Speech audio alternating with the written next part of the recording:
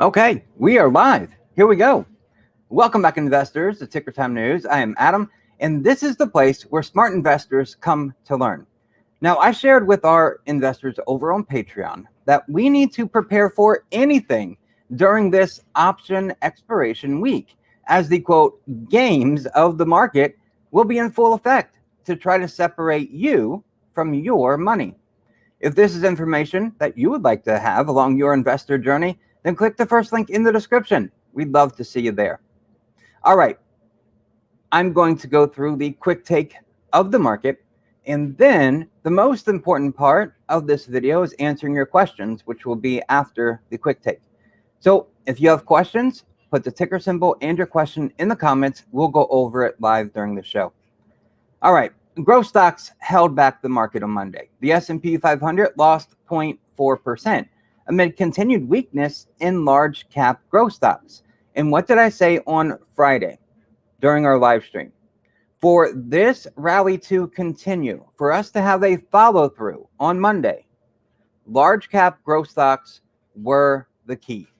There were actually 4 keys, and that was one of them. They did not hold up at all today.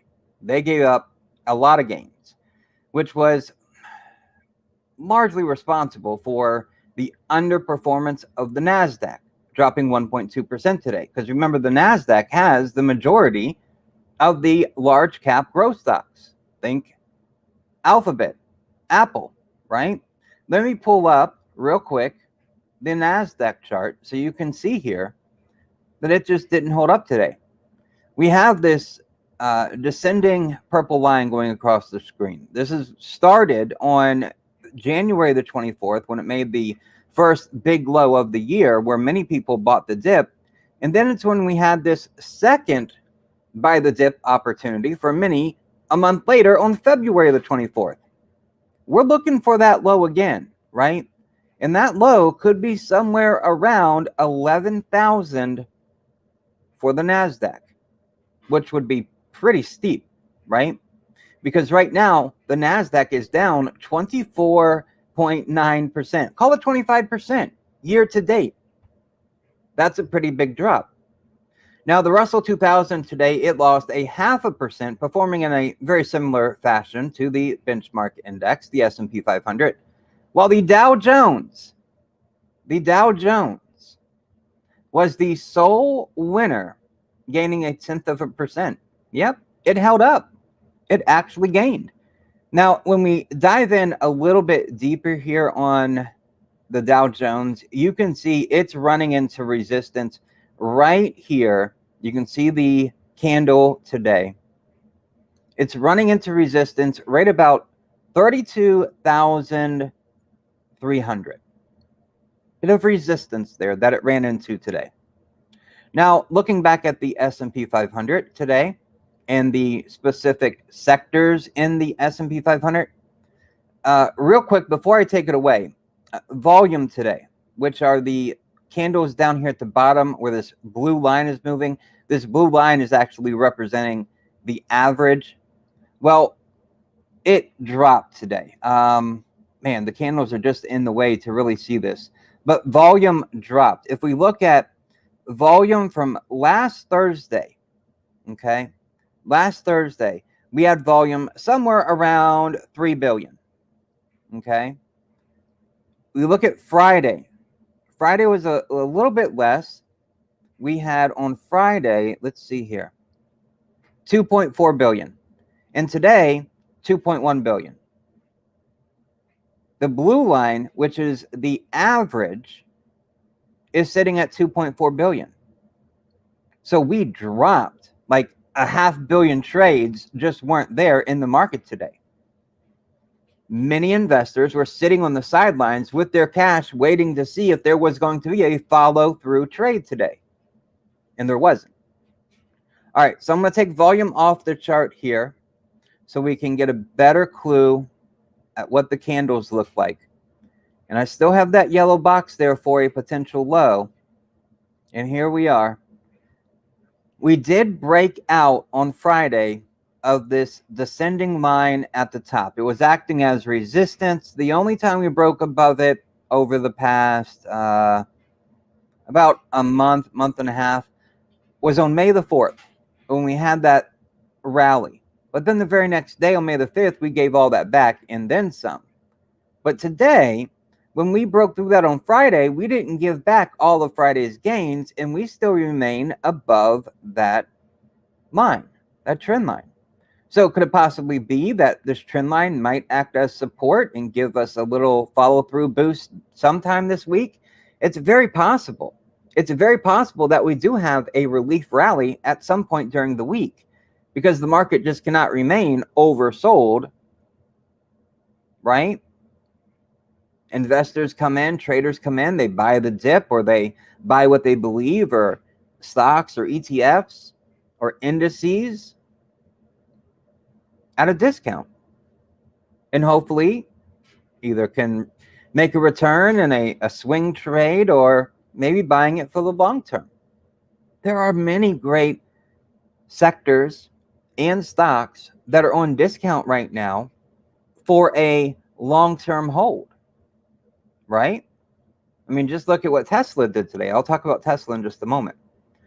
Now, the consumer discretionary sector was the weakest performer, with a 1.2%, I'm sorry, I got those numbers mixed up, a 2.1% decline, as heavyweights Amazon, ticker symbol AMZN, and remember, you can play along at home. I always get that mixed up. In the description of this video, there is a link to TradingView.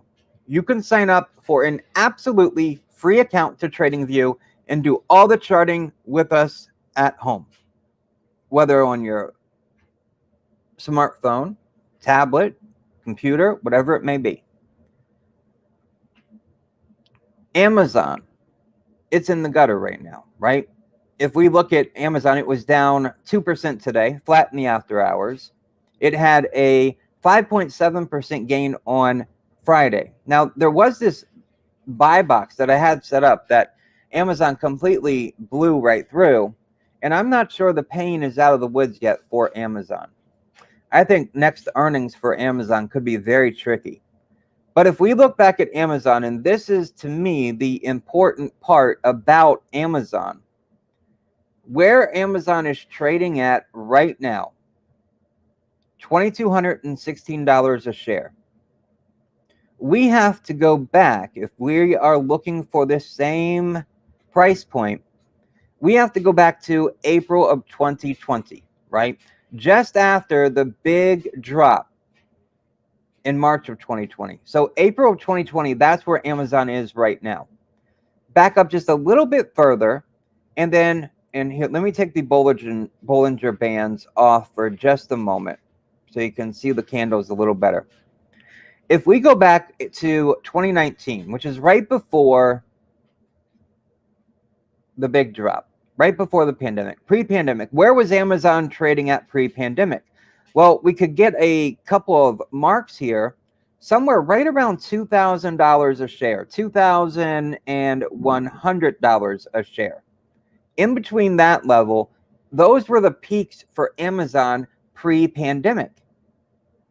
So if Amazon is trading for about $2,000 to $2,100 pre-pandemic, what did the pandemic do for Amazon that it can continue with today? Now, of course, the pandemic raised Amazon and many online shopping channels to record highs. I mean, look at Amazon's complete takeoff in 2020, and then a move sideways all through 2021. And then we get to 2022 and it just falls again, because all of that shopping that people were doing online, yes, as a society, we have changed a bit since pre-pandemic point in time to now buying more things online. And we will continue to do that. But we're not exclusively only buying online. And that's why Amazon has now dropped. Should it drop to pre-pandemic levels around the $2,000 mark? Probably not. But next earnings report will be critical for Amazon. And we are still 73 days away from Amazon's next earnings report. But that one, that's going to be a key to tell us how much of the pandemic shopping is now embedded in our everyday lives. So that's Amazon. But Amazon being down 2% today, like I talked about all last week, these big mega cap companies, Amazon is worth $1.12 trillion. That's its market cap right now. Big market caps move the markets. I just wanted to nail that all last week. And we're starting off this week with that. Next up, Tesla. TSLA is the ticker symbol for Tesla. Down 5.88% today. Up 1/10% in the after hours. Now, Tesla's been, there's a ton of lines on here. I trade this thing like crazy. Let me take these lines away so we can get a better view at the candles here. Tesla has been in a rut since the Elon Musk takeover bid of Twitter. Been in a rut. When is this rut going to end? Now, me personally, I believe that anytime Tesla is red and down like this, it is an opportunity to buy a company that is truly going to control the future. Because, like I've said many times before, Tesla is not just an electric car company. Tesla is robotics. Tesla will have insurance. Tesla has AI, and that software can be sold, leased, right? Licensed. Think of Microsoft's early days, later days, in between days. Licensing software. Tesla will be able to do that. Tesla is also an energy company. Think of the Powerwall. Energy storage. It'll be huge. There's no doubt in my mind that Tesla will be a $1 trillion plus, maybe even $2-3 trillion market cap company within the next decade. I totally see that. But my point today about Tesla is not about Tesla itself. It's just that Tesla being down 5.9% today pulls the market down with it. So with Amazon and Tesla still struggling, it pulls the market down. These big market cap companies, this is what you have to pay attention to for a follow through. Now, the information technology sector was down 0.9% and was another key lagger without the leadership of guess who? Apple. That's right. AAPL. It was down 1.1% today, Apple. It has a market cap. Oh, I've actually got to move this to see it. What it's currently sitting at. $2.36 trillion market cap for Apple. Down 1.1% today. Big market cap companies like this one bring the market down. So we need Apple, Amazon, Tesla to perform well, especially Apple being the largest company by market cap. It weighs on the overall market. Now, like I mentioned a moment ago, this is option expiration week. Typically, large cap stocks with actively traded options tend to have substantially higher average weekly returns during these weeks. And it happens, it's the third Saturday of each month, the week right before that Saturday. Apple is a company that can move greatly on these types of weeks. Now, it's not a perfect one-to-one, but it has been studied and found successful.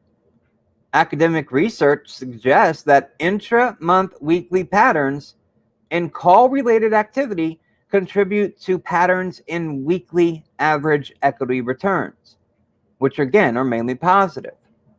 But we're in a high volatility environment where markets are attempting to find their footing on very loose ground.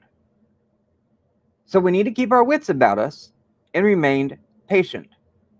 Don't rush into Apple because it's expiration week. I'm going to go to a weekly chart view here on Apple, okay? And you can do this on TradingView, right? Up here at the top left, just under the URL, you typically have what your range is on the candle. So right now they're set at daily, so each candle represents 1 day. And if you click the little arrow pointing down here, this is where you get all of the other options available. You can even star one, like I've got the 1 hour starred, so it's up here at the top in this tray, so I can get to it quickly because it's one that I use. So if we go to the 1 week chart for Apple, each candle is representing 1 week. So if we go back to, let's see here. Oh, I should have already had this pulled up so we don't have to pause here, so we could keep moving. That's what we want to do. We want to keep moving. So I'm going to pull up the calendar here on my phone. All right. Now I'm going to go back and I'm going to look. I'm going to look here. The third Saturday, 1, 2, 3. Okay. So we need, what is this here again? 1, 2, 3. Okay. So for Apple, last month, that week was down 2.8%.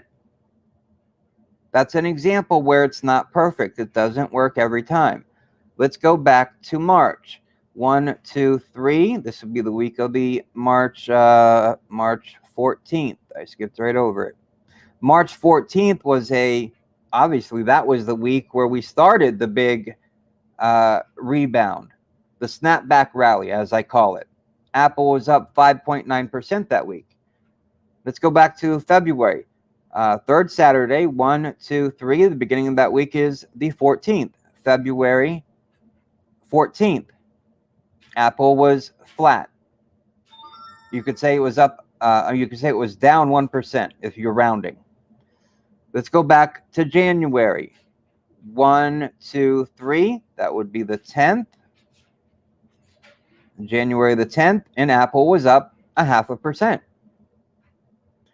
So you can see it's not perfect, but there have been cases it does work. But our environment is different. This is the point that I'm trying to prove. All right, now we'll go back to December. All right, 1, 2, 3. Third Saturday is the 18th. So that means the first, the day of the week would be the 13th for December. December 13th, and Apple was actually down 4.6%. All right, let's go back to November. 1, 2, 3. The Saturday would be the 20th, which means the 15th is the beginning of the week. 15th, Apple was up 7%. Now, when we look at November, that's interesting. That week, Apple was up 7%. Let me put the, there we go. Okay.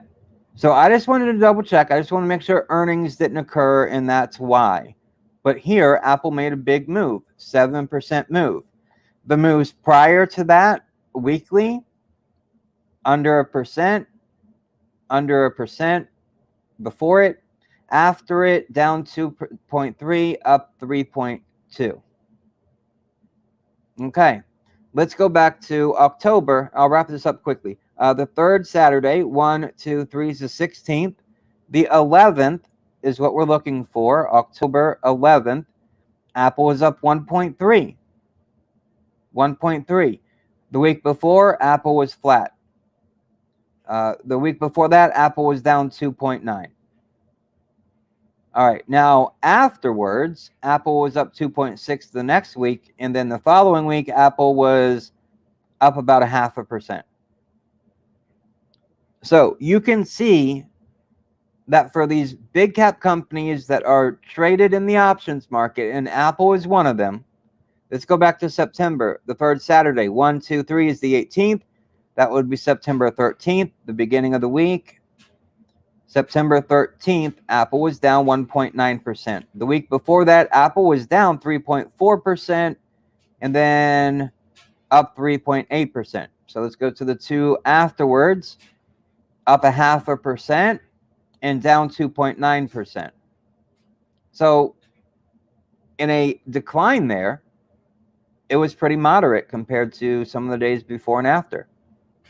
So my point is that this is the week that options expire, and studies have shown that it can be a very positive week. But the point I wanted to make is that it's not a 100% foolproof way. Like you buy Apple on Monday, you sell it on Friday, and then you're good to go till next month. See, it doesn't always work out that way.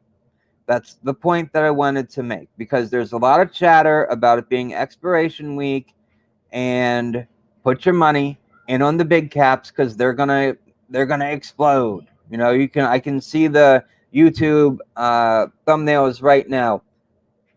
Big week for big caps. I don't know, whatever. But I hope you get my point here with this. All right, I'm gonna go back to the daily view and let's continue. Growth stocks in general remained out of favor today, evident by the 1.1% decline in the Russell 3000 Growth Index versus the 0.1% gain in the Russell 3000 Value Index. Now, energy stocks contributed to the outperformance of the Value Index, and more directly, the S&P 500 energy sector, which was up 2.6% as oil prices continue to appreciate. Remember, we can look at oil too.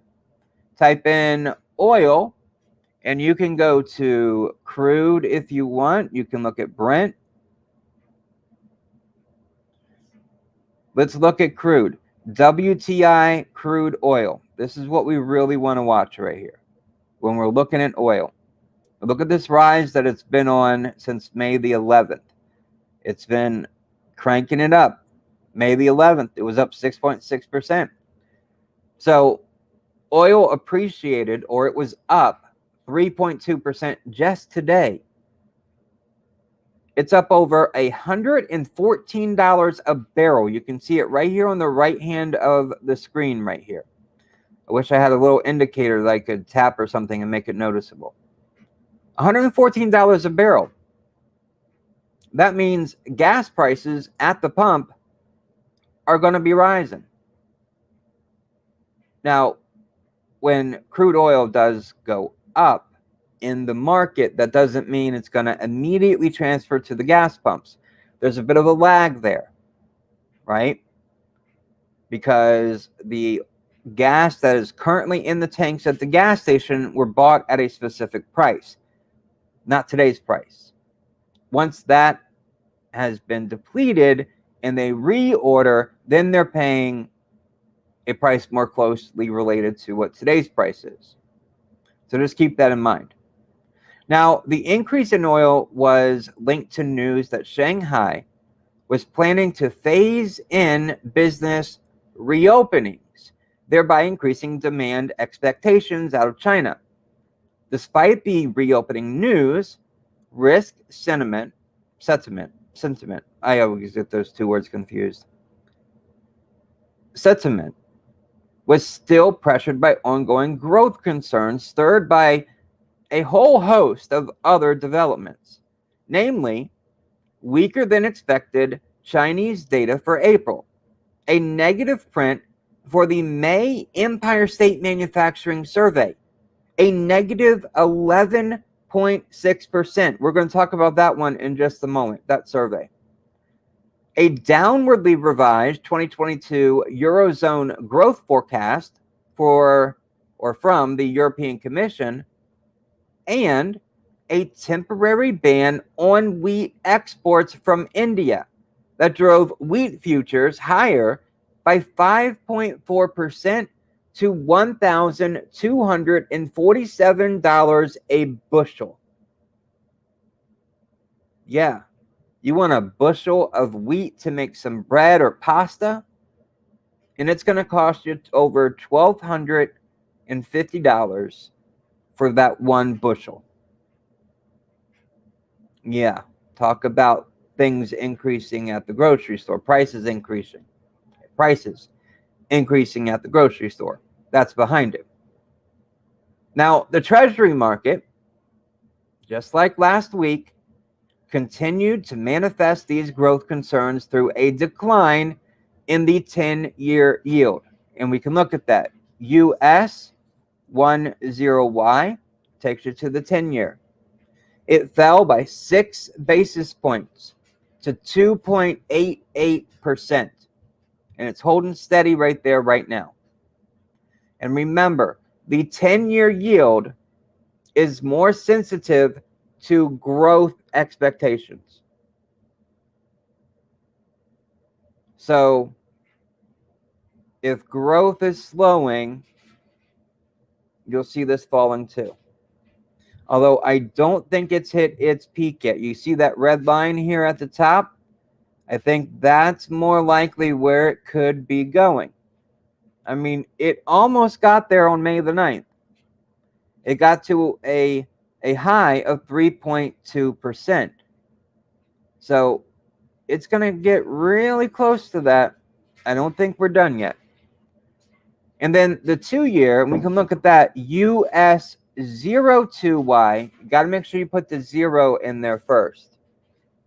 Now, the 2-year decreased by 1 basis point to 2.57%. Overall, there just wasn't a ton of conviction today. SPX, the S&P 500. We're going to go in and we're going to look at the 5-minute chart so we can see today. All right? I'm going to put volume back on because that helps to visually identify day by day, because every single day, it doesn't matter. At the end of the day, you usually have a big spike in volume. A big spike in volume. Either traders, it's traders closing their positions. Sometimes it can lead to a red candle, green candle. But on the chart, when you're looking at it like this, the 5-minute, I mean, you can see every single day there's a big spike on volume, and it's always during the last 15 minutes of the day. So here's today on the screen. All right. You can see this morning started off with a bit of selling pressure for the first 10 minutes. And then we bobbed up and down for a while, for the majority of the day. Lunchtime break, and then 1 o'clock all the way up to about 2:30. We had a bit of a run, and that's when we reached our daily high, or our high for the day, and then we sold off into the close. So just no conviction. But at least the volatility index, again, the VIX, and we can look at that. I'm going to go back to the daily view for the candles, all right? And then VIX, VIX, and then not just any VIX, you want to look at the CBOE. And it says it here before volatility index, and then it also says it to the right over here, CBOE. That's the one you want to look at, all right? Now, remember on Friday, one of the 4 keys for the rally to continue was the VIX right here, was the VIX breaking this resistance line, and it did. So at least one key did show a potential sign they follow through. But since volume in the market was much, much lower, that means markets can swing at a faster pace when volume is low. When volume is high and you've got more selling, it's harder for the markets to move. You know, it's like when you, I don't know what the correct analogy would be, but you know, you have a scale, right?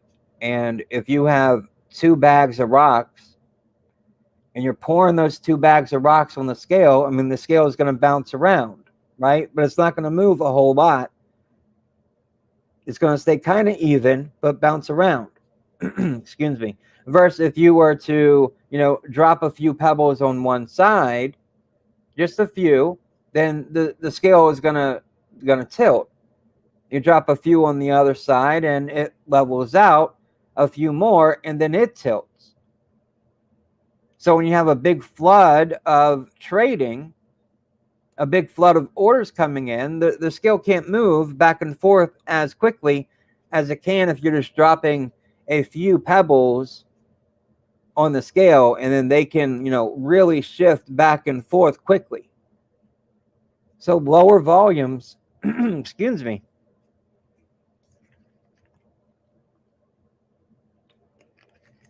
So lower volumes equal a tendency for the markets to move at a quicker rate.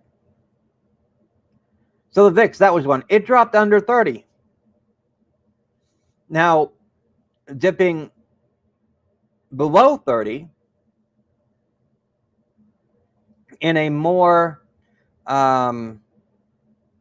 reflecting decrease of hedging interest. And that's what I would say. Now, there might have been a wait and see mindset because tomorrow we get the retail sales report. And that could have been why the markets kind of just hung there. Not really moving a whole lot. The Nasdaq was the worst. But when you look at the S&P 500, you know, hardly moving for the day.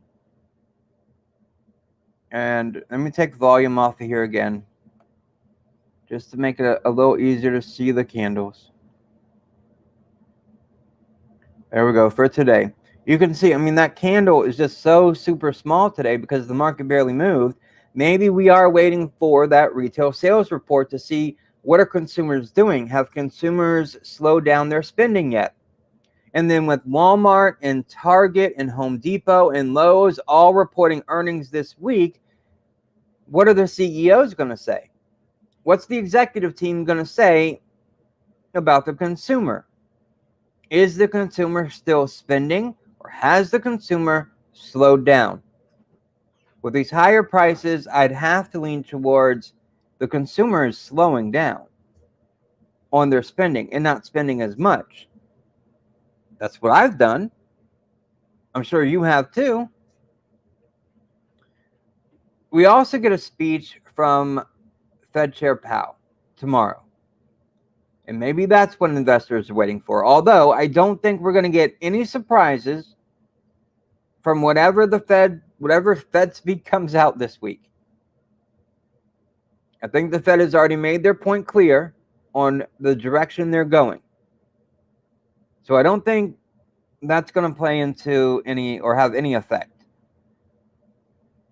Now, in corporate news, and we did a video on this, a standalone video. I should probably...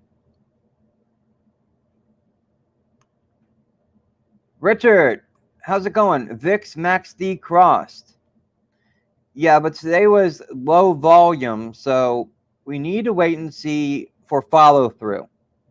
This market could easily slip and go down as much as it could have a follow-through rally. And I'm leaning towards, we haven't seen the low yet. I still think there is more to come, more downside to come. All right, I'm just gonna, I'm trying to get that, let's see here.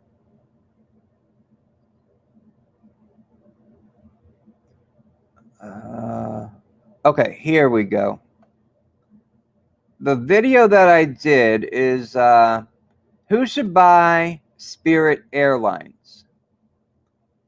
Who should buy Spirit Airlines? And it talks about this wild deal between Jetblue and Frontier, because both of them want to buy Jetblue and Frontier.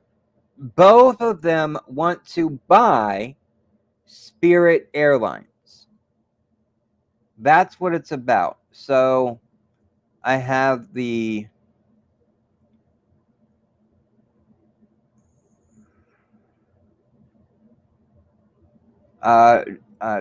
Jetblue, their ticker symbol is JBLU. And Frontier is ULCC, while Spirit is SAVE, SAVE.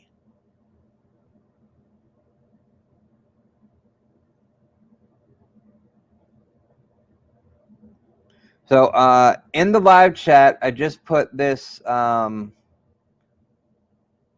Jetblue and SAVE. Jetblue and Frontier want SAVE. So watch it if you have some time. It breaks down exactly what all parties are thinking, who could see the most return from buying Spirit, Jetblue, or Frontier. And if we look at, if we look over here on the chart, there's my cursor. If we look at Spirit Airlines, today JetBlue said that they wanted to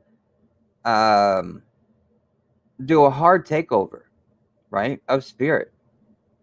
Spirit was up 13.4% today, and you can see big gap up, big move, because JetBlue is trying to pounce.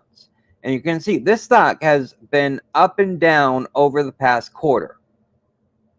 The past 3 months, it has just been all over the place, mainly because of all of this news.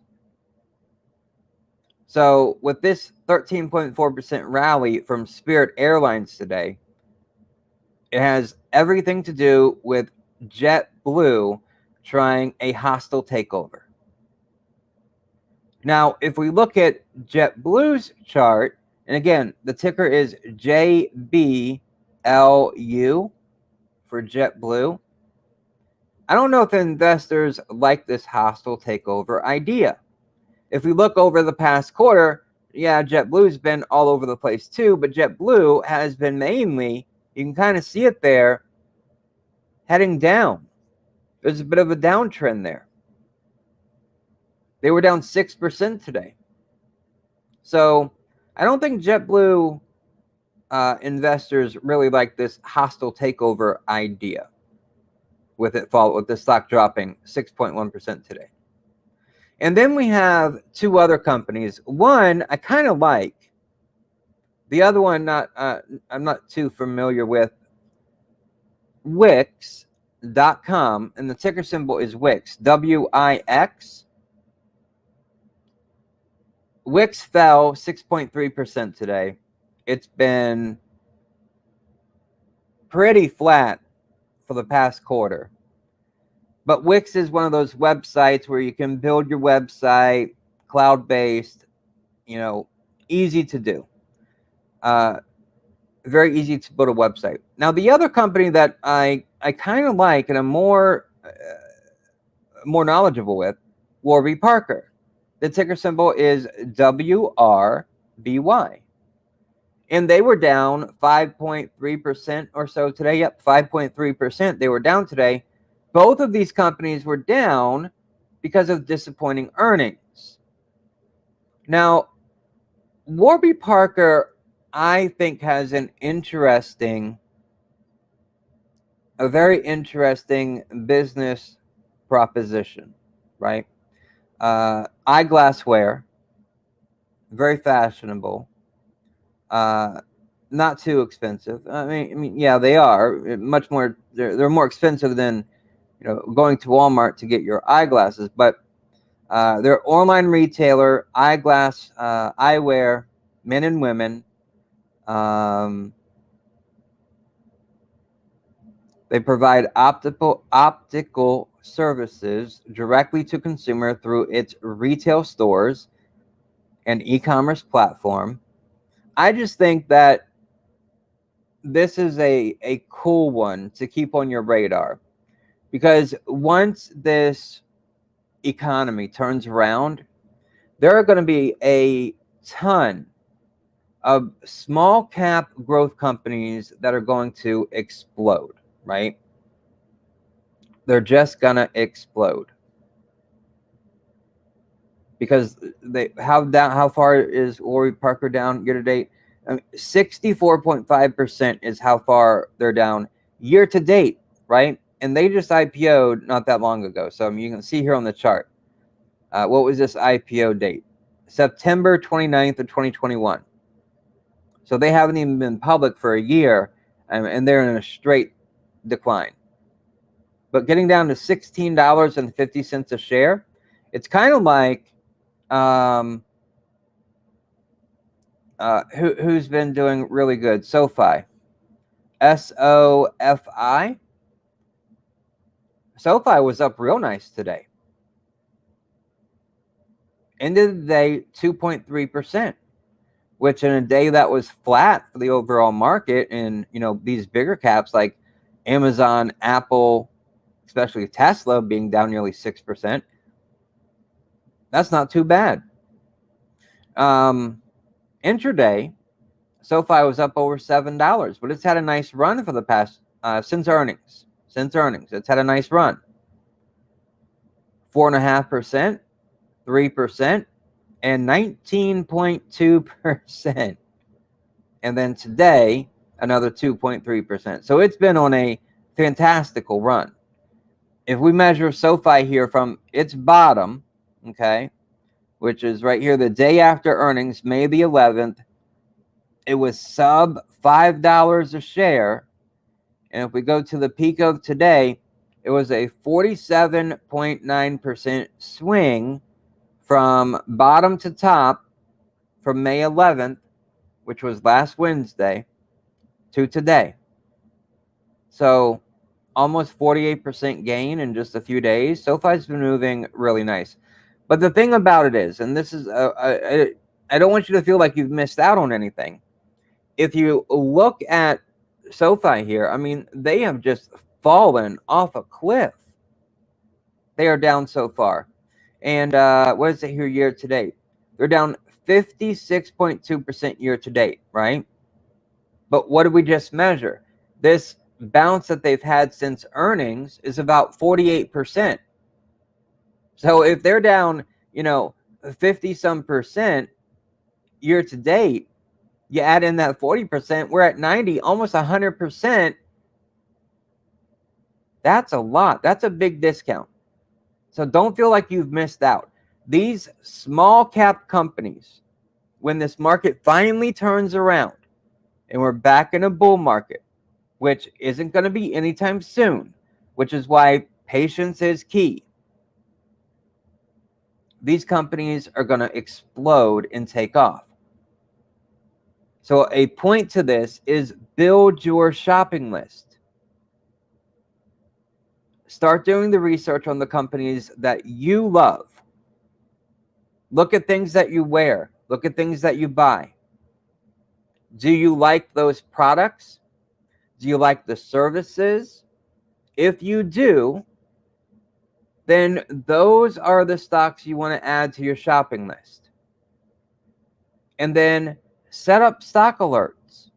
When they get to a certain point, think about buying. But one key, though, is to buy small right now. Don't buy, 500, 1,000 shares at a time. Take little nibbles. Because I don't believe we have seen bottom yet. There can be more pain in this market. All right, another one that dropped today off in news, Rivian, the EV pickup truck maker. RIVN is the ticker symbol. It dropped another 6.9% today. 6.9% today. On a vote of no confidence by Ford. Totally. A vote of no confidence by Ford. According to Wikipedia, a motion of no confidence is a statement or vote about whether a person in a position of responsibility is still deemed fit to hold that position, such as because they are inadequate in some aspect, fail to carry out their obligations, or make decisions that other members feel to be detrimental. Well, there you have it. You have the definition there. Thanks for that. So, Ford sold its second batch of Rivian shares. Its second batch. Now, Ford has been building vehicles for a long, long time. Rivian's new to the game, but Rivian's building electric vehicles, which are the future. So, by Ford selling their shares, they haven't sold all their shares. They still have some.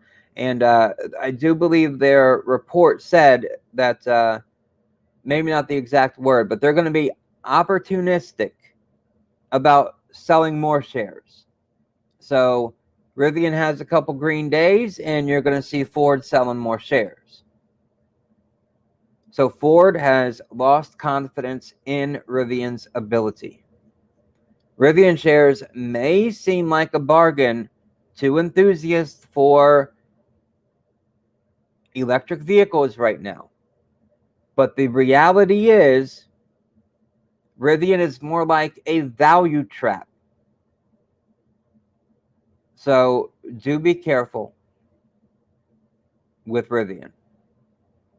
Now, the economic data we got today was limited to the Empire State Manufacturing Survey for May, which dropped to negative 11.6 from a positive 24.6 in April.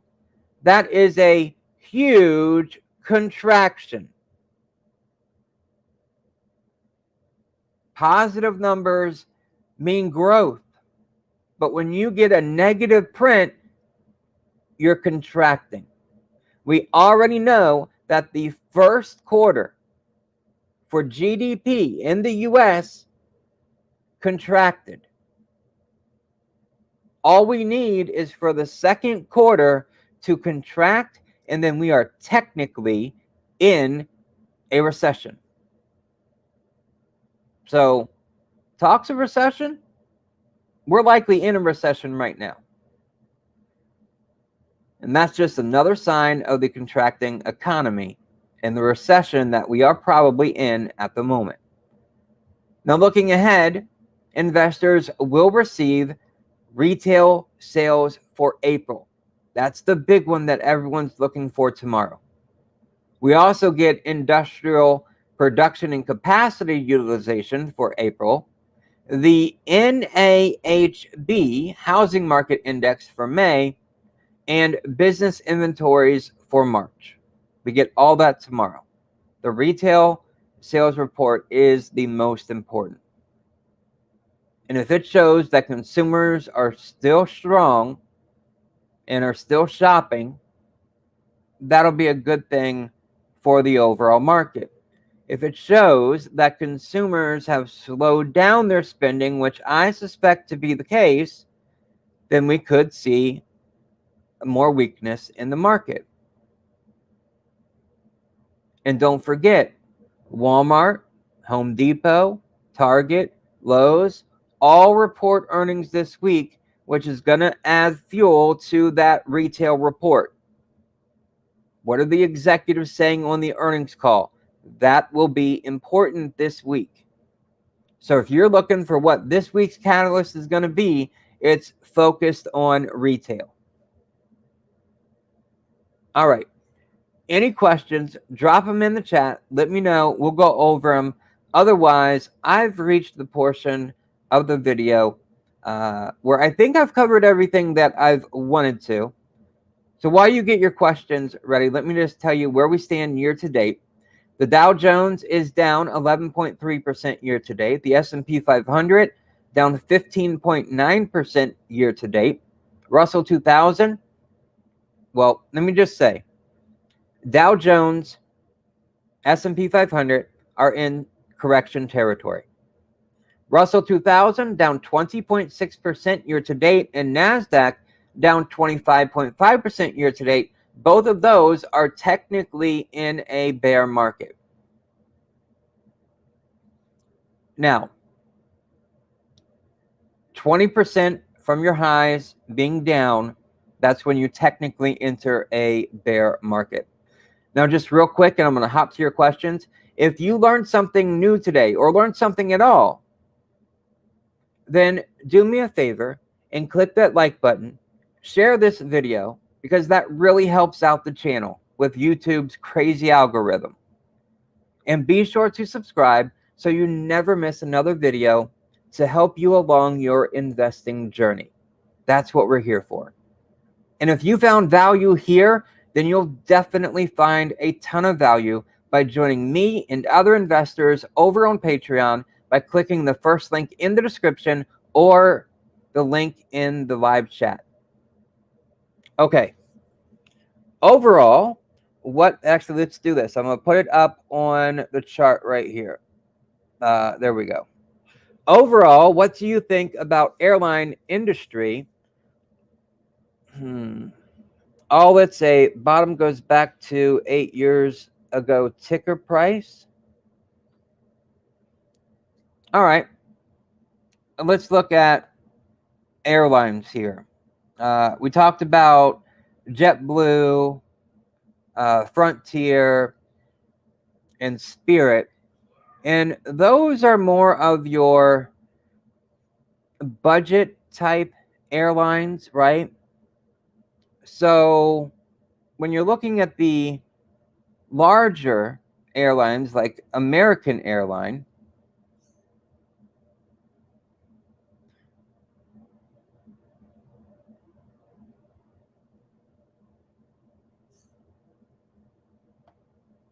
let's just pull them up here on the chart. Now, the airline industry is I think, primed for some demand. And actually, I believe, do I hear? No.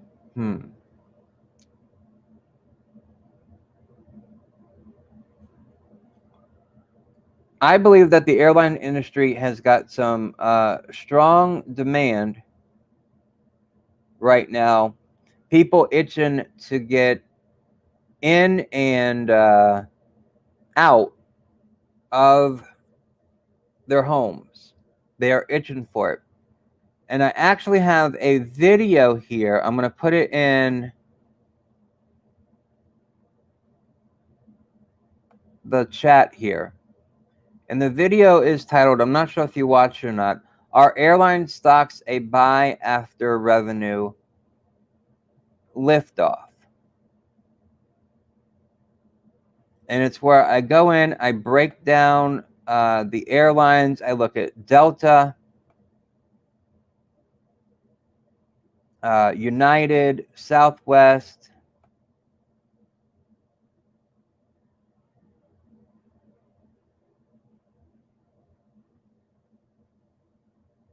there we go. All right, just put the link there in the live chat about the airlines. So I talk about them. Demand is strong, and demand should remain strong throughout the spring and summer season. I think travel is going to be high, but those are tailwinds for the airline industry. Demand's going to be good. The headwinds for the airline industry is going to be higher costs. Your fuel, that's a big one, right? And then what does the airline have to do to combat these higher input costs? Also higher wage costs. They got to raise ticket prices, add surcharges to ticket prices. That's going to, well, I guess the big question is, with airline prices increasing, is that going to affect the demand? And it probably will in a small way. But the big question is, will it affect demand in a bigger way, a more material way? One that's going to affect the airline's business to turn a profit. That's the big thing to watch for. Now, with these airlines, looking at American Airline right here on the chart, if we go back here, we're on the daily view. I'm going to back up just a little bit. You can see here on the chart that the airlines are really, really oversold to where they once were.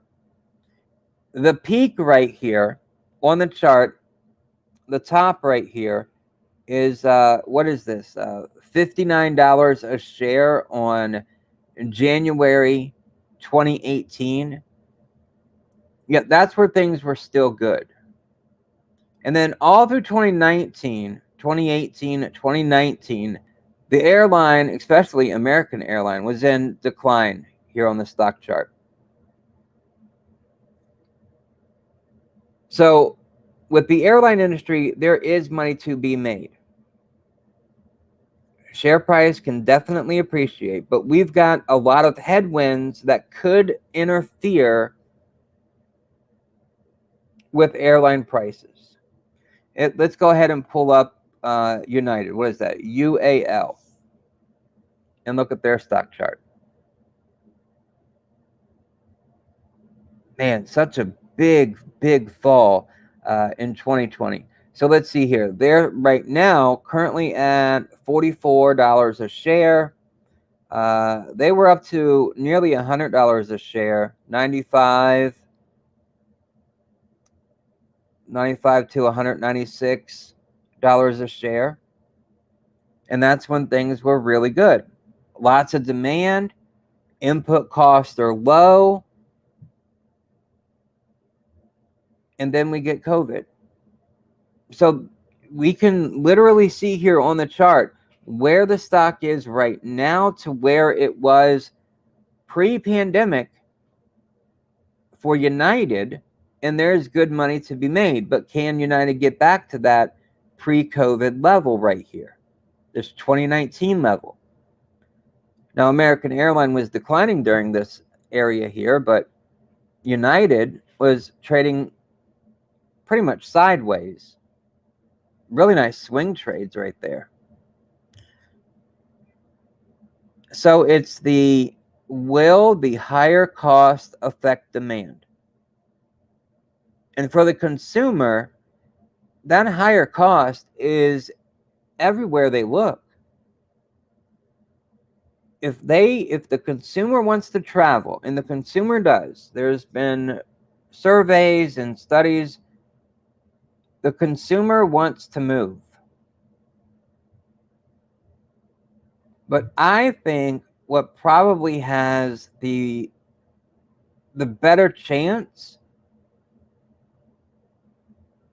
of getting that consumer demand is probably what's around the consumer locally. Theme parks.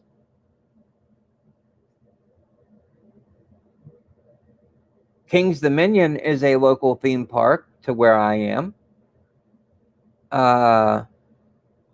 What's that other one? Sugar, Six Flags. That's another one. It's a little further away, but that's one that's nearby. So I think the theme park business that are the regional theme parks are probably going to see more demand now than what they saw pre-pandemic. Because the consumer, whether it's an airline ticket or putting fuel in an RV to rent or driving to a destination instead of flying to it, it doesn't matter which way you go, it's going to cost more. So I think consumers wanting to get out of the house, they're either going to spend their money on creating fun things at their home, whether it be a pool, whether it be a screened-in deck or something where they can get outside and just enjoy it without being under the hot sun, or a movie theater in their room, in their home, maybe in their basement, hang up a projector and a screen. So I think consumers want to go have fun. They want to get out of the house, but with everything costing more, I think that's going to push the consumer to stay local. What do you think? Let me know your thoughts. Do you think the consumer is going to stay local, or do you think they're going to be able to accept the higher cost of flight or taking a train or a bus or renting an RV for the family?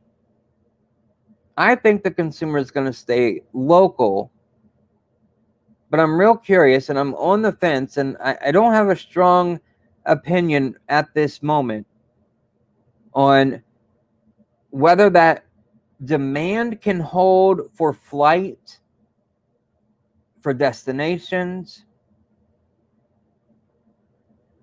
if the cost becomes so high that it's a barrier to most. Let's see here. How about this one? What do you think comparing SoFi to PayPal to Square? That's a really good question. I'm glad you asked that one. Fintech is very important for all companies. All companies. You also have, when you look at SoFi, Square, and PayPal, you also have the more niche fintech companies too, like Toast as an example. That's a fintech that is specifically for restaurants. So you've got these big national fintech companies, SoFi, PayPal, Square. Square and PayPal are great to compare. SoFi, I think, does a little bit more and has more verticals, because you can't trade ETFs on PayPal. So SoFi is kind of like in its own little niche. Square and PayPal, though, if we look at PayPal, it has just fallen. PYPL is the ticker for PayPal. Now, PayPal is one that I had some heartburn over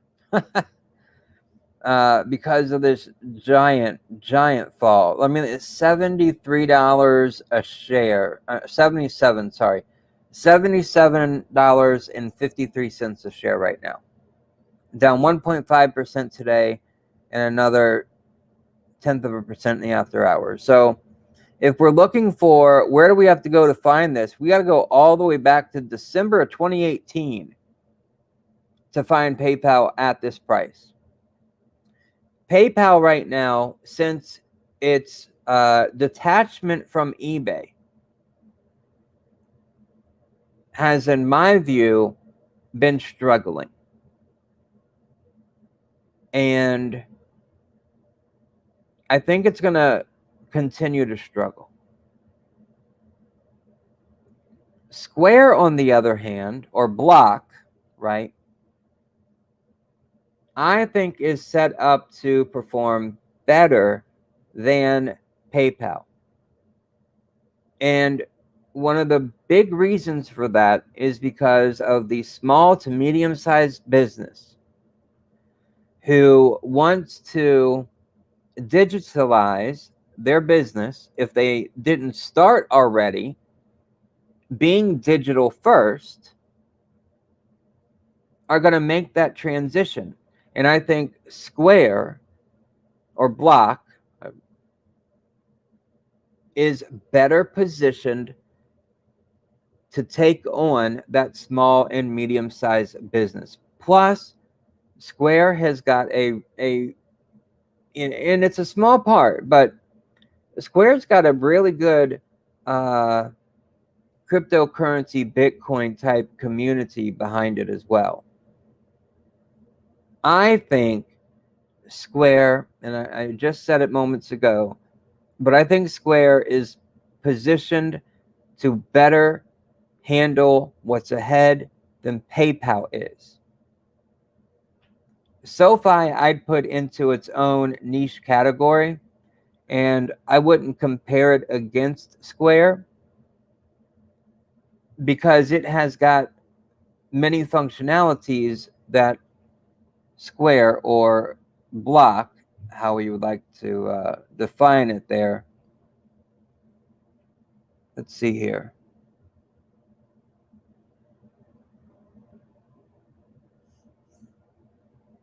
If we pull up, no, I don't want that.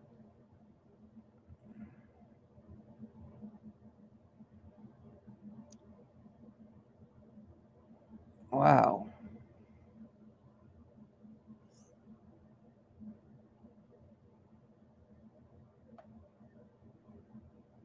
So immediately when I do a Google search for Square, it immediately starts talking about small business and what it can do to help business, right? So their website, you can see it here. They are really pushing towards the small, medium-sized businesses, giving them tools, the banking, payroll, all on one easy-to-use platform. That would be their sales pitch, right?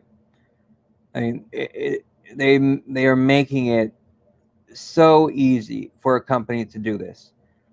And let's just go to PayPal's website right quick.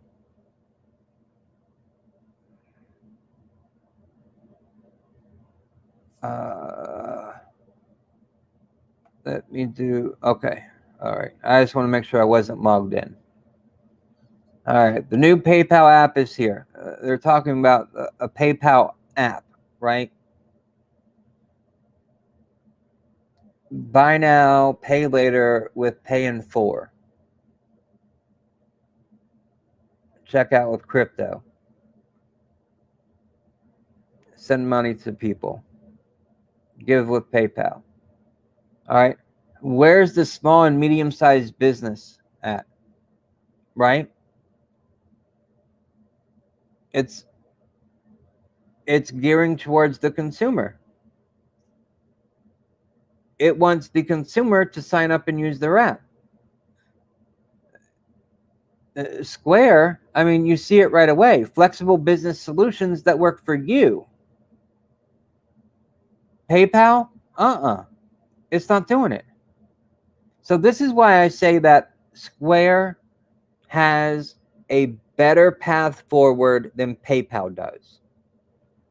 Square knows what it is, and it knows who its customers are. PayPal, since breaking apart from eBay, has been lost. And that's the best way to describe it.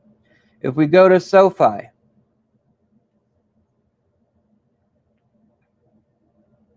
I won't click on the ad.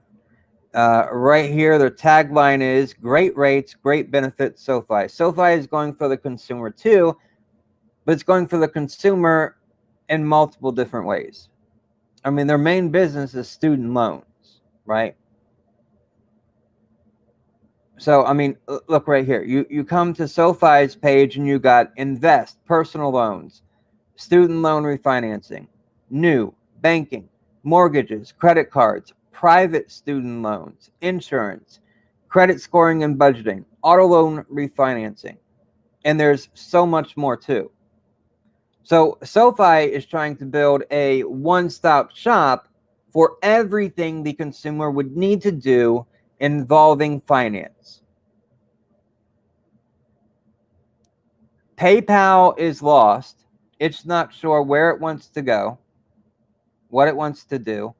And Block is going after the small, medium-sized businesses. So it's clear to see, just by looking at their websites, without digging into it, just what's on the surface. And then, like I said earlier, if you go to a niche fintech, Toast is the one that's popped into my mind first here. Toast, a restaurant point of sale and management system. So they're taking care of invoicing, they're taking care of ordering, everything revolving around finance that a restaurant needs. That's what Toast is going to do. And it looks like, looking at Toast's recent financial report, that they're in the midst of a turnaround, of finding their way. I think Toast could potentially be one of those companies that becomes the backbone of an industry. Toast could become the backbone on which the restaurant industry moves on. So 4 fintech companies right there. And let's see. You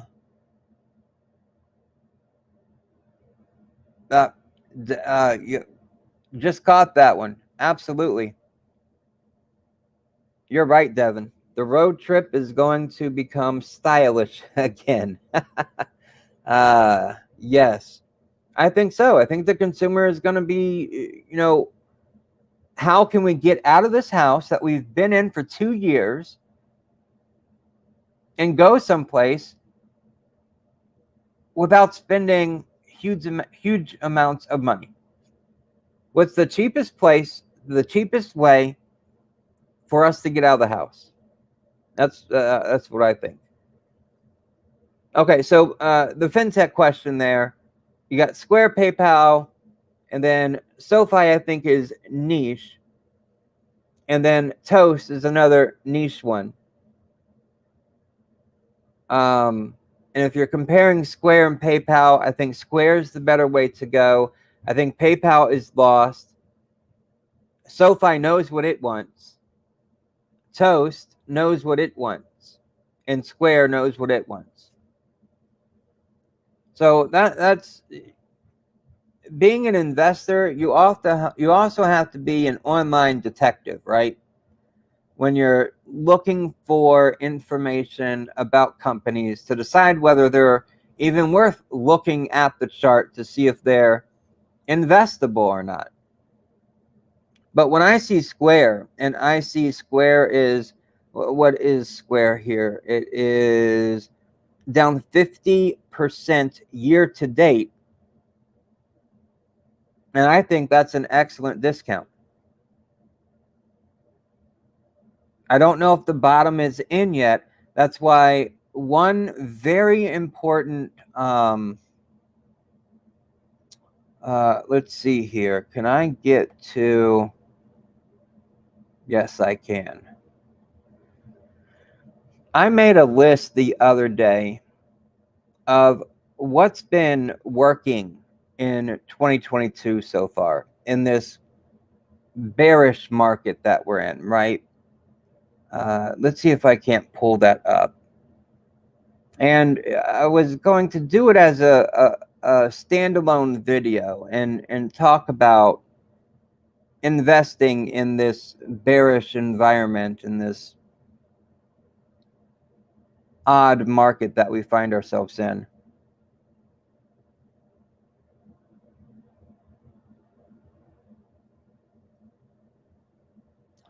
Great question. Great question. Give me one quick second. I'm trying to pull up those notes.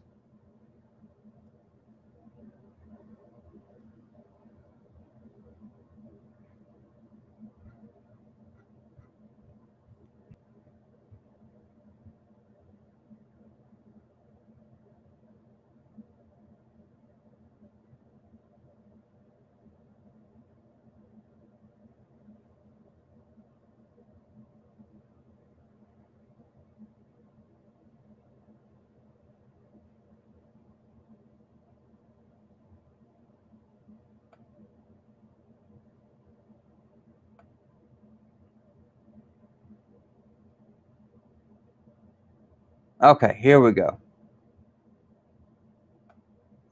All right, sorry for the pause there. So I was putting notes together in how to trade in a bear market, what's been working in 2022.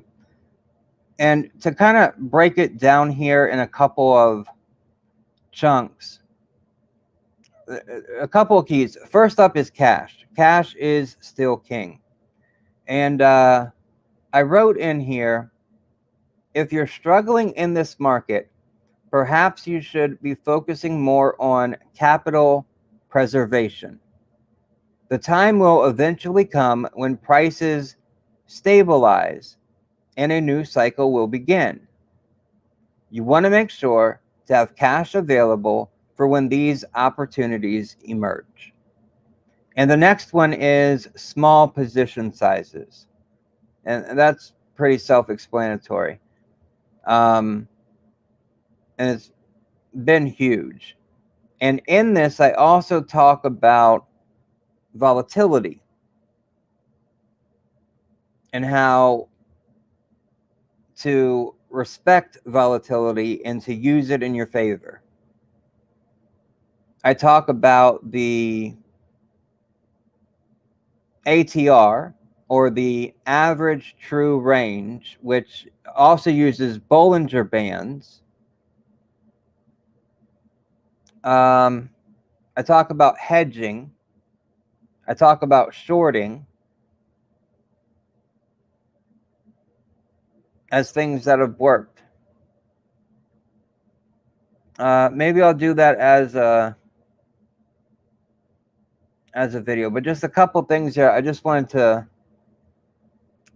share that right there with you guys. And the last thing I had written down was have a plan.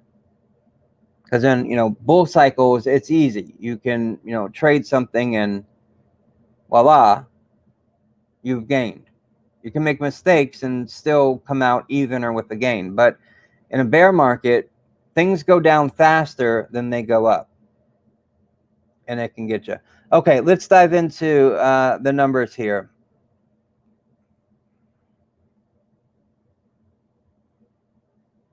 All right, so for the PE ratio for Square, it is high.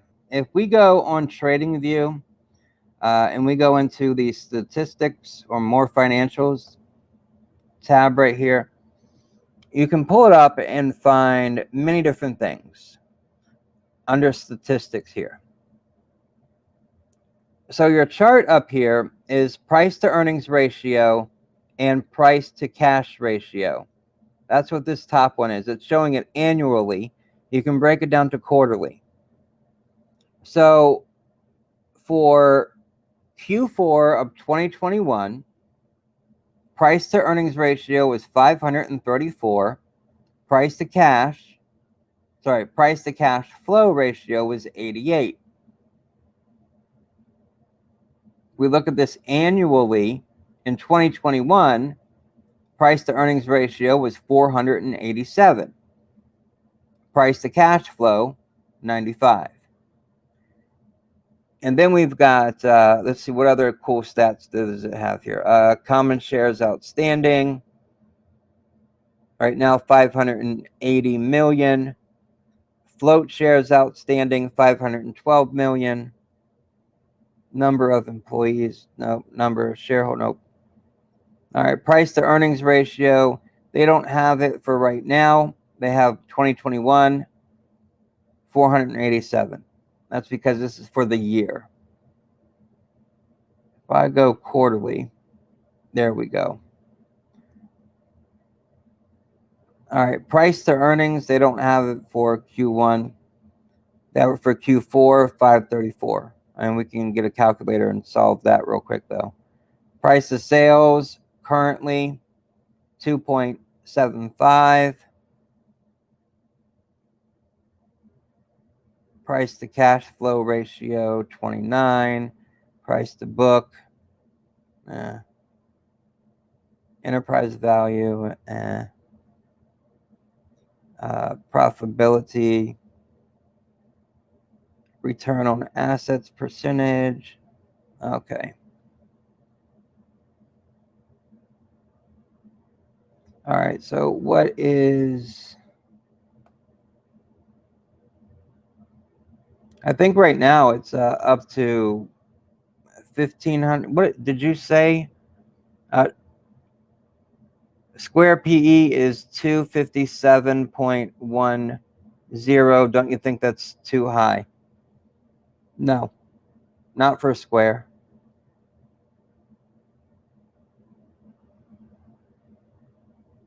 So if we just look at here, and I'll get the calculator out.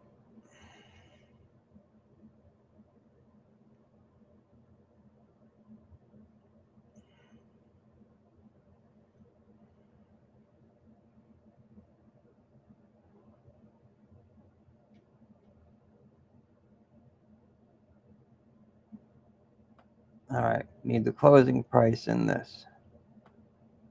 There we go.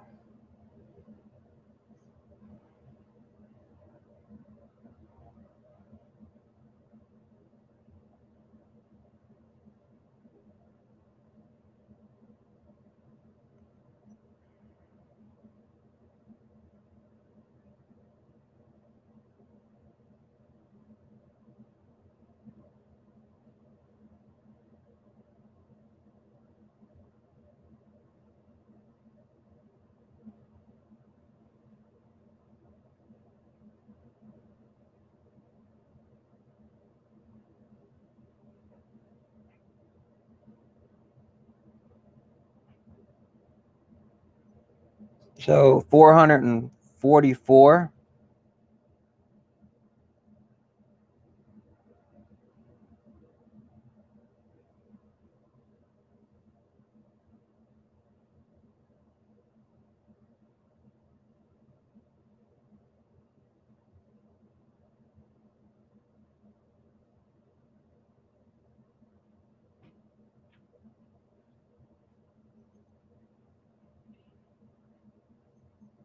So 444 PE ratio as of close today. And if we go look at PayPal, just to compare,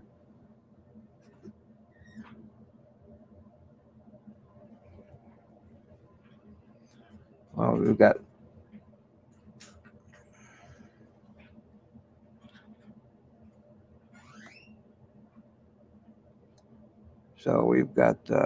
we'll round it up to $78 a share.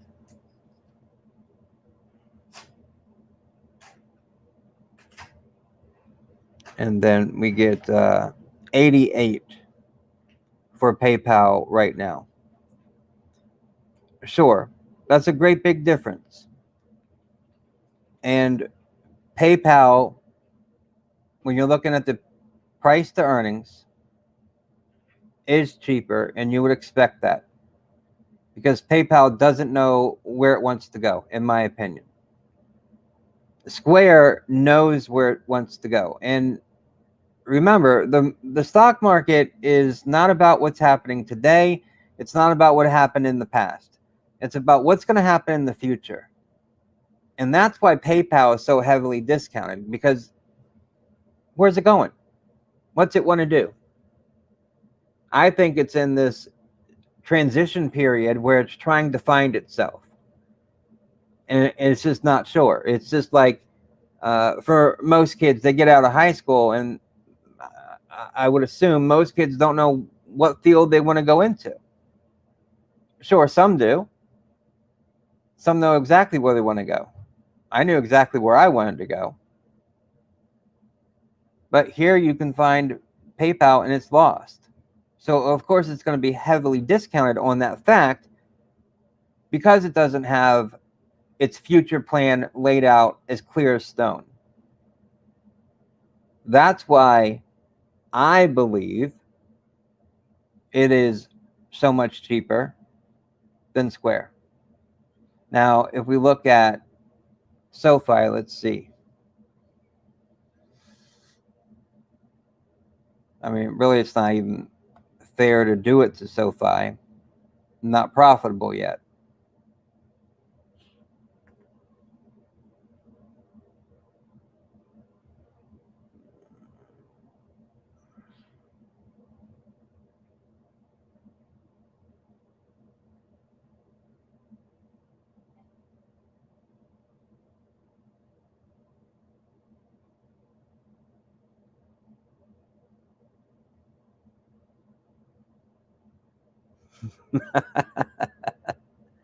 Oh boy.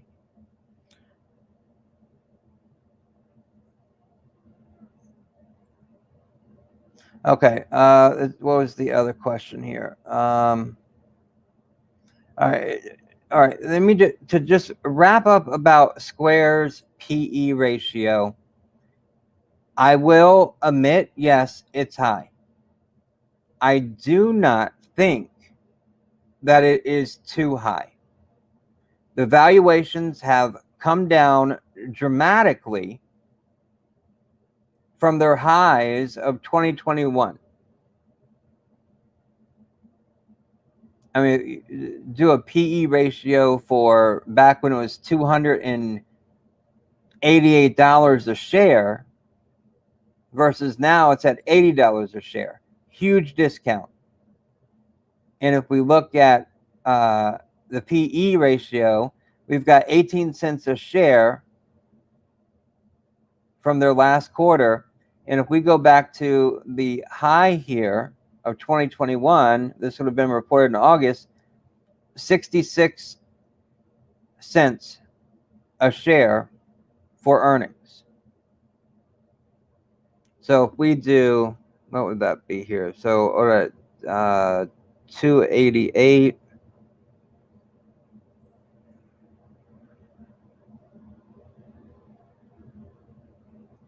$436. Actually, a little bit. That surprised me there. 436.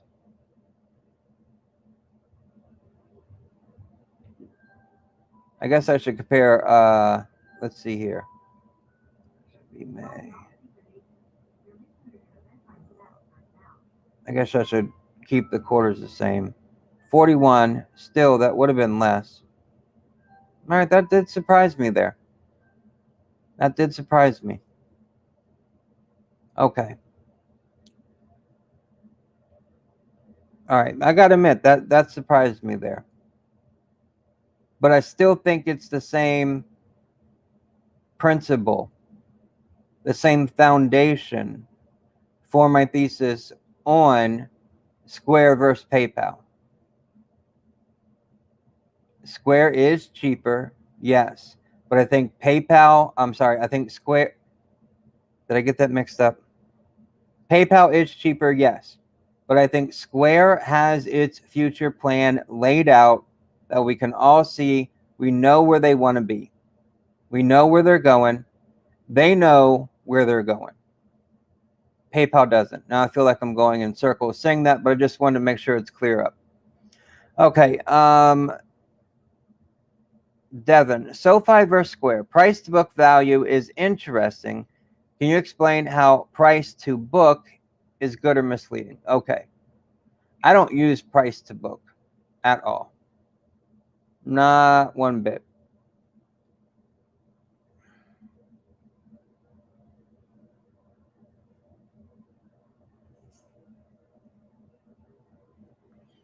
I will use a price to earnings. I will use a price to sales for companies that don't have earnings or are profitable. those are the main factors that I'm using. As far as other ratios go, I'm not sure that they're, to me personally, as effective, right? Let's open this back up. Okay, we got total common. All right, we don't need that. We don't need those. Those are no good. Price to earnings. Okay, price to sales. Top two right there. Price to cash flow. Cash flow is important. You have your price to book here.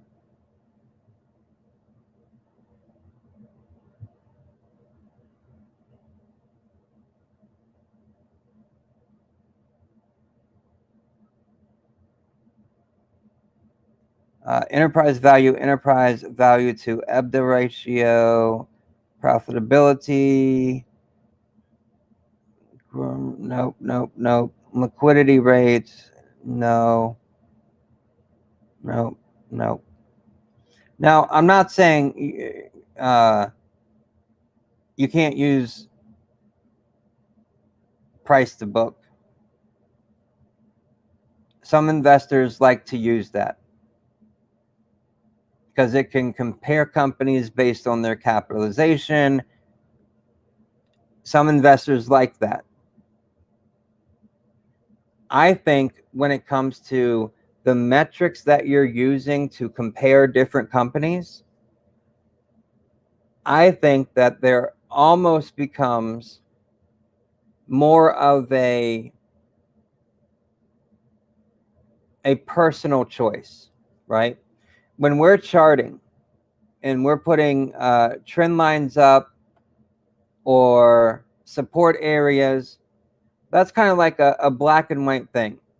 Two different investors can sit down, they put a trend line up or they put a support line up, and they're going to be pretty darn close to each other, if not right on target with each other.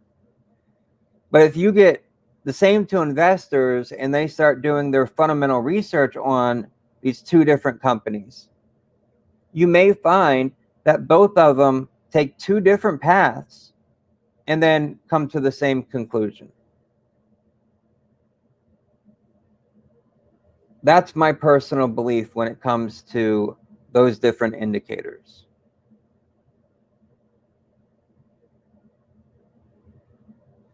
Okay, let's see here.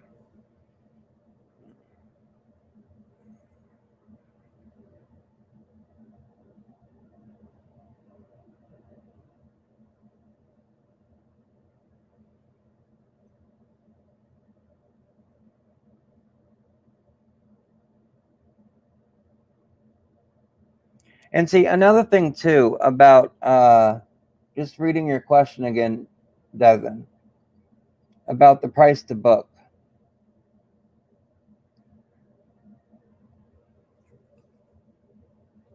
I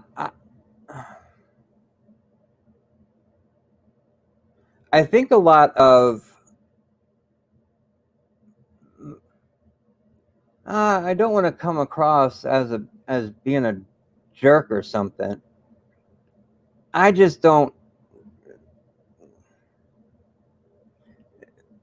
Price to book is a good metric, especially if you're trying to get the best value for your buck and compare that against companies, right? I think it's an excellent tool for deciding that. But when you get down to the indicators, I mean, there can be a debate, looking at your question. It seems there's both answers could be correct, right? Is it good or is it misleading? It is good, but I don't think it can be used on every company. And again, when it comes to these different indicators, price to book, price to sales, whatever it may be. I think an individual investor is comfortable with using this group of indicators, and this investor is going to be comfortable using a different set of indicators. So I'm not trying to say that it's not a good indicator to use, but it can be for finding value. I'm just not sure if I'm using the right words to express what I'm trying to say.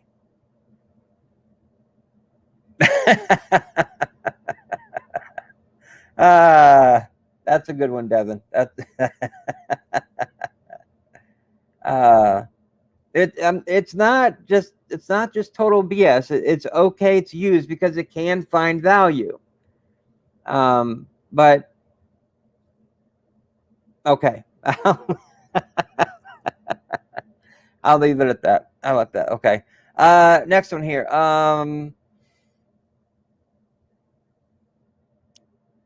Why do you start buying EV companies at these prices? Okay, this is a tricky one. If we go back to 100 years ago or so, whenever the exact date was, when automobiles were being built, right? There were hundreds of automobile companies. And then what are we left with today? Like a group of 10? So just by using, 100 companies, and 100 years later we have 10, 10% worked out, right? I think you start buying EV companies outside of Tesla. Tesla, I think, is different because Tesla is doing more than just an electric vehicle. Energy. It'll have an energy business. I say these things a lot. It's got AI.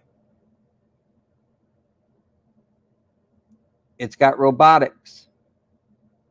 It has many different subcategories, and I think will be much bigger categories in the future for Tesla. Tesla is totally different and outside the realm of other, if you're looking at like Rivian, Lucid, Canoe, Workhorse, Lordstown.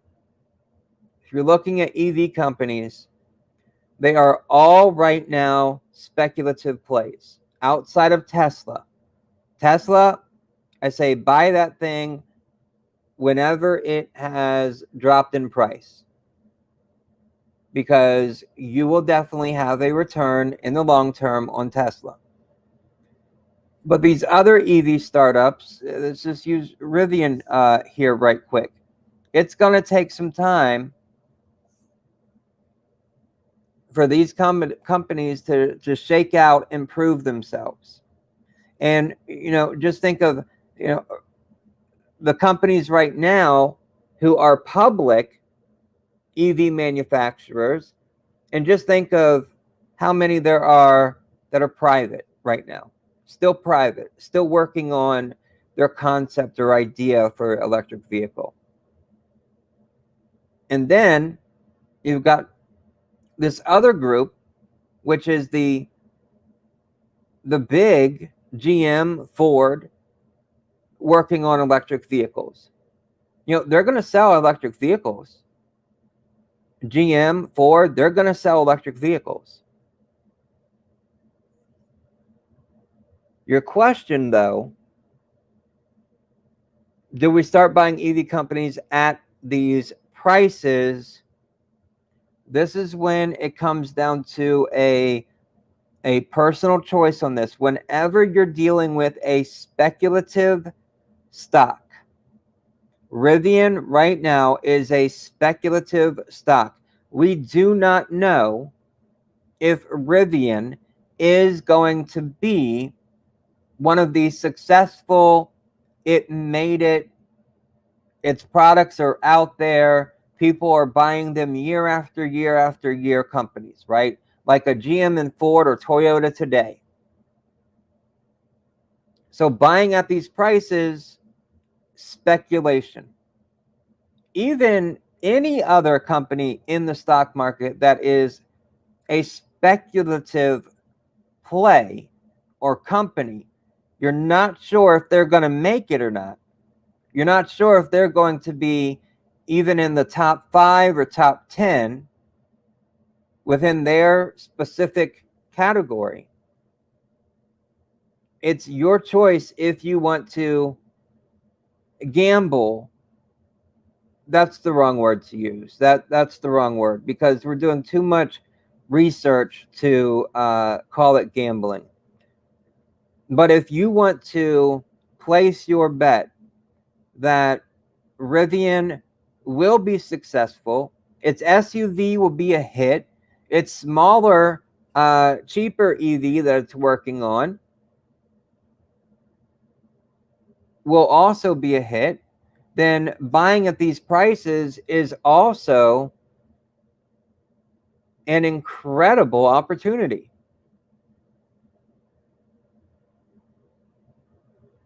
Me personally, I'm not invested in any other EV besides Tesla.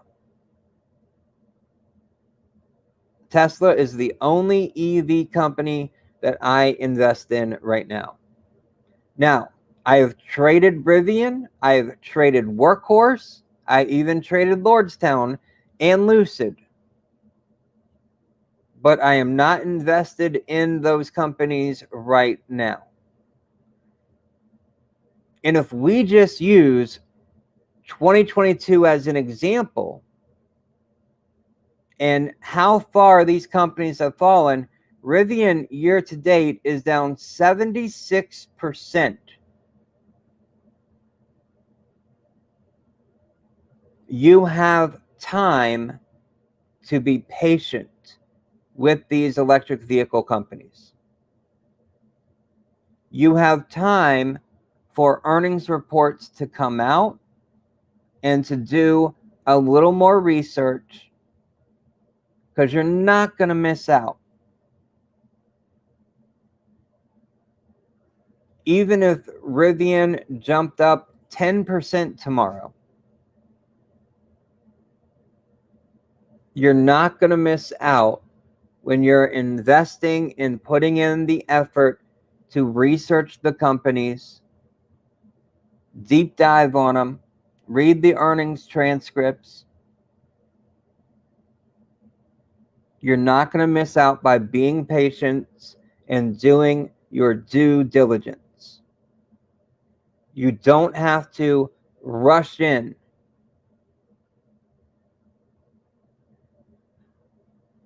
To buy shares now. Now, of course, if you want to trade them, that's different from investing in them. The note that I sent out to Patreon members today: you got to be patient.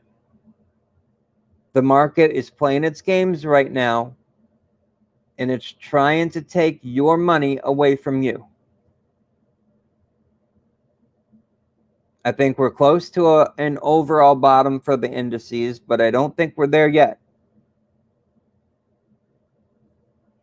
All right. How about investing 50% into SoFi, 35% into PayPal, Square, and 15% into PayPal, something like that? What do you think about this kind of strategy? Okay, that is the type of strategy that you would use if you think that sector is going to do good things, but you're a little unsure on which company to go in with, invest in, right? It may be better to buy an ETF that has the companies in it that you're looking at. That could be another move too.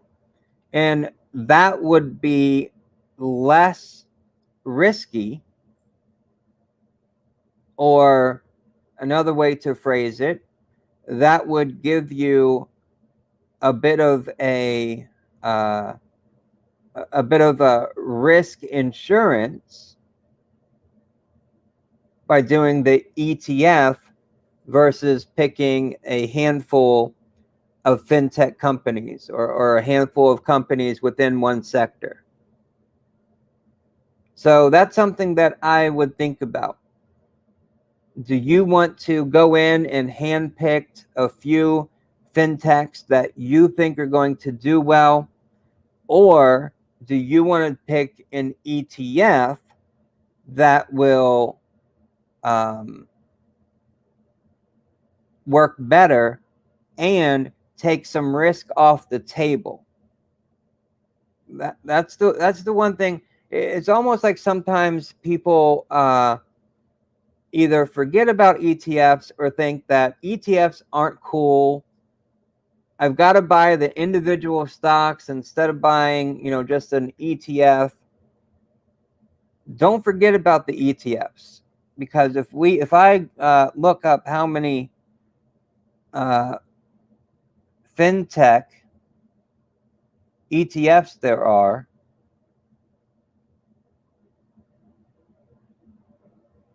I wonder how many we get. Well, quite a few. So if we look at what is this one right here?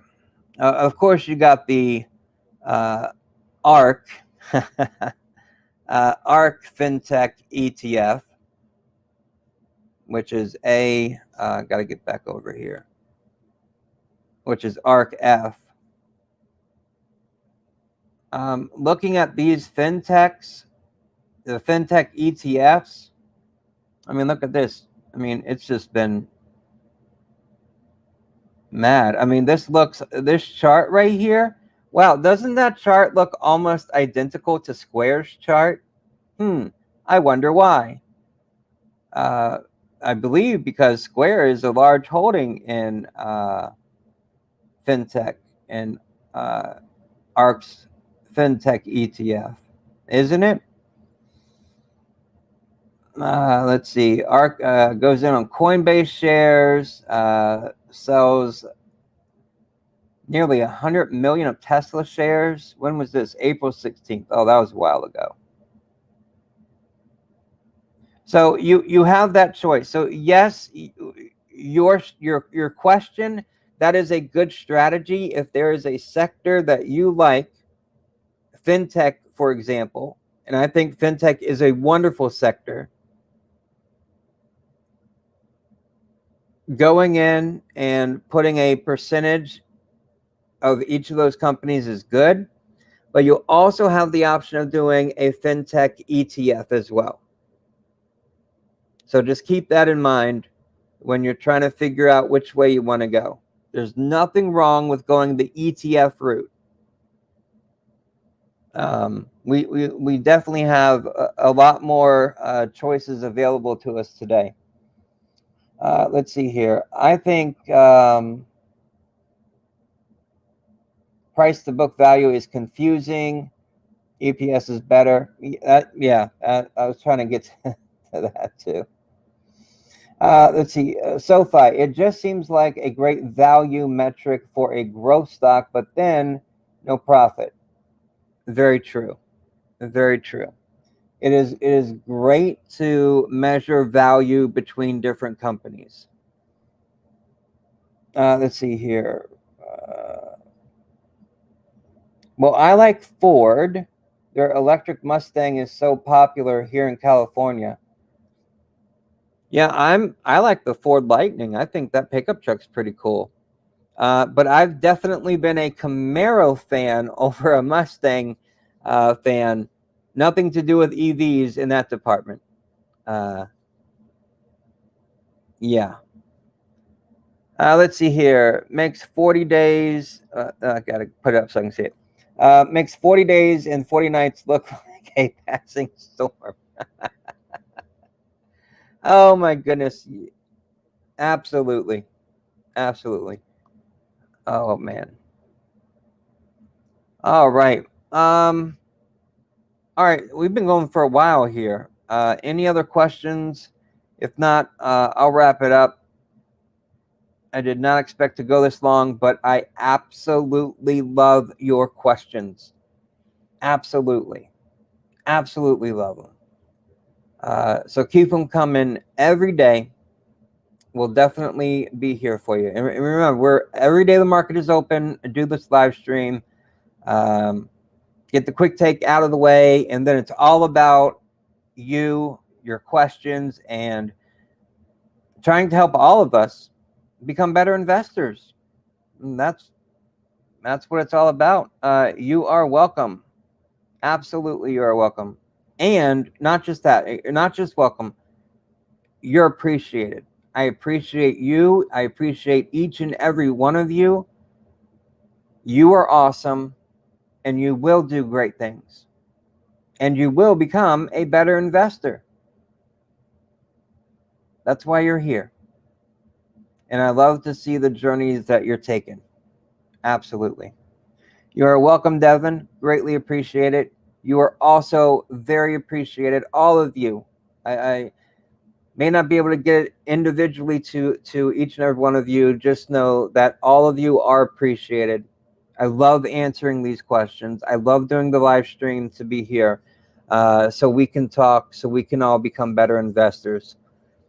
All right, so I guess we'll wrap it up here. I'll see you guys tomorrow. Tomorrow evening, I guess, is what it's boiling down to these days. And I hope you have a good day tomorrow. If anything shocking comes out with the retail report, I'll try to get it out or get a note out as quickly as I can on Patreon, so you guys have that information as quickly as possible. Who knows? Maybe it'll be a nothing burger, but it could have a surprise or two in it. We'll wait and see what that report says. All right. Thank you, ladies and gentlemen, for joining me. I greatly appreciate it. Make sure to, if you learned something today, click the like button, click the share button, and click the first link in the description. I'd love to have you over there. And hopefully we can keep this conversation moving right over to Patreon. And yeah, that's it. All right. So have a wonderful